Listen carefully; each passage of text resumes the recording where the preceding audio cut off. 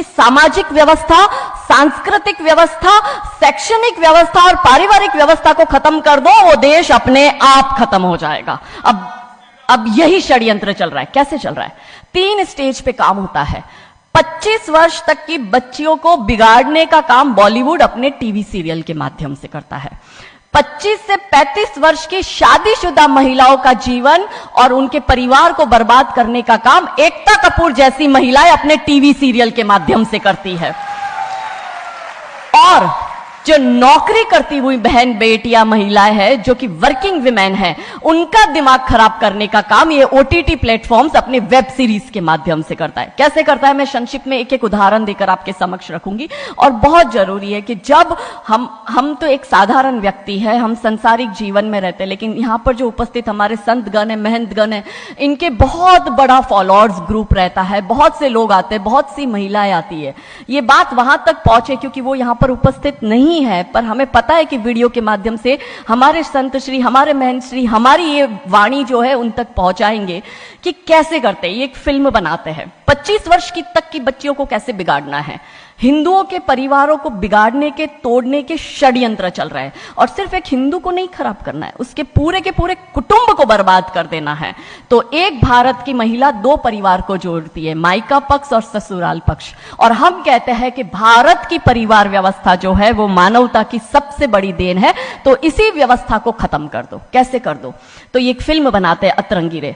हमारी क्योंकि दीदी भी यहां उपस्थित है जो कि सेंसर बोर्ड में सदस्य है, तो हम इतना उनसे विनती करेंगे कि हमारी ये बात भी उन तक पहुंचाए। सिस्टमैटिकली ये फिल्मों में लड़की दिखाएंगे हिंदू की, लड़का दिखाएंगे मियां भाई का, और उसमें भी दिखाएंगे कि वो लड़का चाहे अनपढ़ हो, चाहे गवार हो, चाहे आतंकवादी हो, चाहे पंचर छाप हो, और वो हिंदू की लड़की चाहे कितनी पढ़ी लिखी हो, लेकिन उसका परिवार जो है वो रूढ़िवादी है, वो रिग्रेसिव है, और उसके सामने यदि वो घोड़ा भी चला रहा है, खच्चर टट्टू भी चला रहा है, तो वो बड़ा प्रोग्रेसिव है, वो बड़ा संस्कारी है। कैसे करते हैं? ये एक फिल्म बनाते हैं अतरंगी रे। अतरंगी रे फिल्म में, जो कि आज की युवा बच्चियों का लेटेस्ट क्रश है, सारा अली खान हीरोइन लेते हैं। हमारी युवा बच्ची इसको फॉलो करती है। उसमें यह दिखाते हैं कि सारा अली खान जो एक मुस्लिम लड़के के प्यार में पड़ जाती है और अपने परिवार से विरोध कर उनसे लड़ झगड़ कर ट्रेन में बैठकर वो भाग जाती है। उसी ट्रेन में एक संवाद होता है उस पिक्चर के हीरो का और उसी हीरोइन का। दोनों अपनी अपनी लव स्टोरी शेयर करते हैं।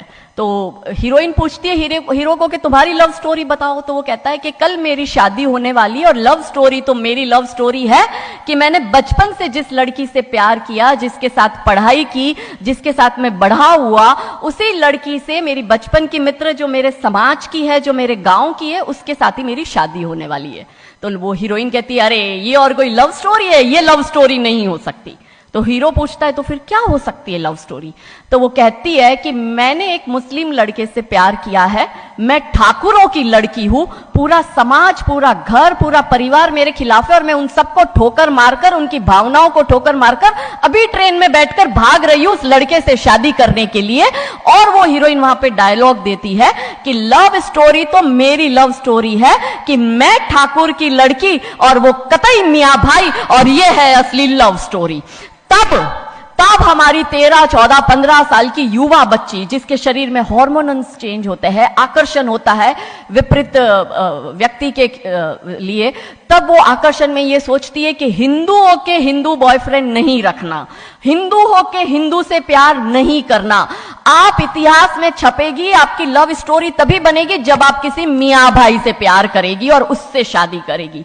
तो कैसे सिस्टमैटिकली ये स्लो पॉइजन बॉलीवुड की फिल्मों के माध्यम से फ्रेजाइल माइंड में डाला जा रहा है। और आज देखो कि क्यों समाज में लव जिहाद के इतने केस बन रहे हैं, और उसका सबसे बड़ा और मुख्य कारण बॉलीवुड है, क्योंकि इन बॉलीवुड वालों ने हमारी बेटियों को हादी रानी और रानी चिन्नमा रानी अब्बा का नहीं दिखाया। इन बॉलीवुड वालों ने हमारी बेटियों को करीना खान दिखाया है ताकि वो अपनी कोख से तैमूर और जहांगीर पैदा करे।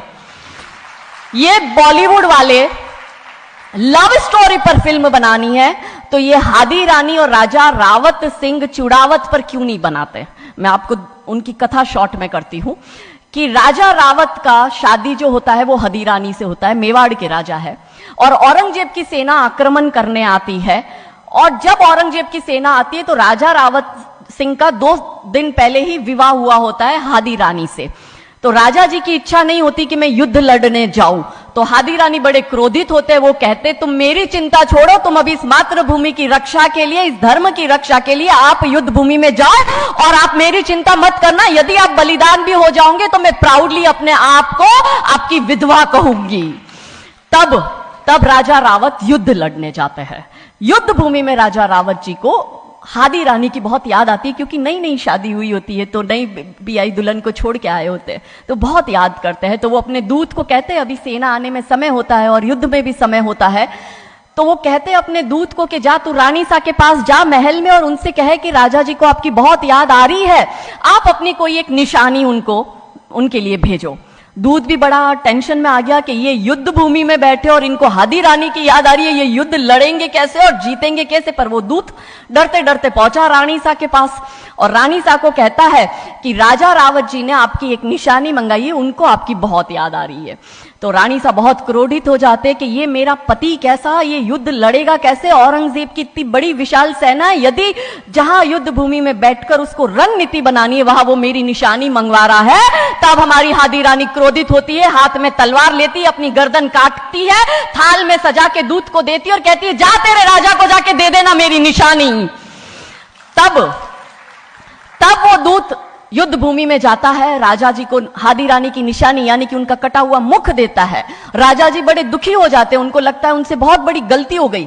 राजा जी रानी की अंतिम इच्छा समझ जाते हैं। रानी जी के लंबे बाल होते हैं, उन बाल की वो माला बनाते हैं, उनके मुख की माला बनाते, वो युद्ध लड़ते हैं, औरंगजेब से युद्ध जीतते हैं और जीतने के बाद राजा रावत वहीं युद्ध भूमि में अपना बलिदान देते, अपनी गर्दन काटकर वहीं अपने जीवन का त्याग करते हैं। यह है लव स्टोरी। पर बॉलीवुड इस पर फिल्म नहीं बनाएगी कि इतिहास चुराए नहीं है, हमने इतिहास बनाए हैं और लाखों शीश कटे हैं रण में, तब जाके हिंदू कहलाए हैं। ये महान गौरवशाली इतिहास हमारा, पर बॉलीवुड इसका इतिहास हमारे समक्ष आने नहीं देता। अब रहा 25 से 35 वर्ष की महिला, कैसे बिगाड़ती है एकता कपूर। वही sari, typical dress, typical getup, पीछे उसकी सीरियल में एकता कपूर की सीरियल में पीछे बहुत बड़ी अंबे मां की मूर्ति। दिखाएंगे कैसे हिंदू महिला को, क्योंकि परिवार खत्म करना है हिंदुओं का।